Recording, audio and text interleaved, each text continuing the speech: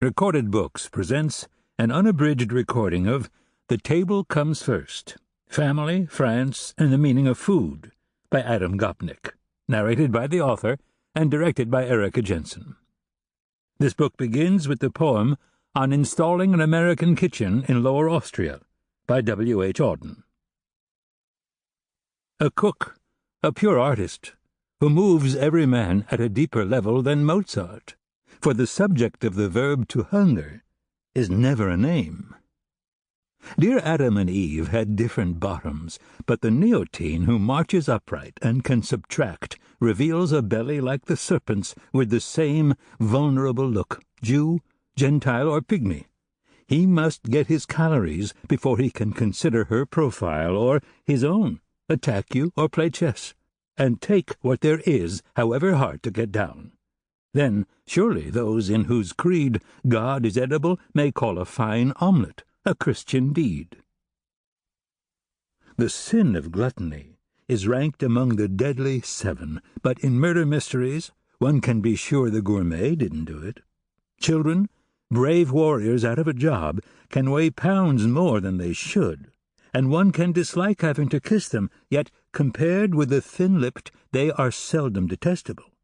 Some waiter grieves for the worst dead boar to be a good trencherman, and no wonder chefs mature into choleric types, doomed to observe beauty peck at a master dish, their one reward to behold the mutually hostile mouth and eyes of a sinner married at the first bite by a smile. And now the table comes first. A small starter. Questions of food.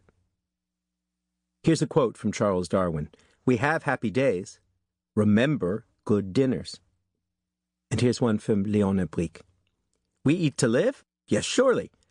But why then do the immortal gods also come to the table? And twice a day. In the early morning, 6:40 precisely, of May 24th, 1942, a young professor of German, a résistant who had taken the underground name of Jacques de Coeur, his real name was Daniel de Coeur-Demanche, and who had taught before the war at the Lycée Henri IV in Paris, wrote a letter to his parents. He wrote, You know that for the past 2 months I have been expecting what is to happen to me this morning, so I have had the time to prepare myself for it. But since I have no religion, I have not given myself up to any meditation on death. Here are a few requests. I was able to send word to the woman I love. If you see her, soon, I hope, give her your affection. This is my dearest wish. I also wish that you could keep an eye on her parents, who need help badly. Give them the things that are in my apartment and which belong to their daughter, the volume of the Pléiade, the fables of La Fontaine, Tristan, Les Quatre Saisons, the 2 watercolors, and the menu of the inn, Le Quatre Pavés de Roi. All these last days I have thought a lot about the good meals that we should have together when I was free. You will eat them without me, all the family together. But not sadly, please.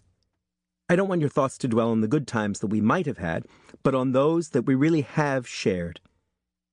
During these 2 months of solitude, without even anything to read, I have run over in my mind all my travels, all my experiences, all the meals that I have eaten. I even composed the outline of the novel. I had an excellent meal with Sylvain on the 17th. I have often thought of it with pleasure, as well as of the New Year's supper with Pierre and René. Questions of food, you see, have taken on a great importance. 3 hours later, what was going to happen to de Coeur happened to him. He was shot by the Nazis in the courtyard of the prison. Yet there he was, in the last hours of his life, thinking about sending a menu from a little inn near Versailles to his girlfriend's parents. They must have eaten there once.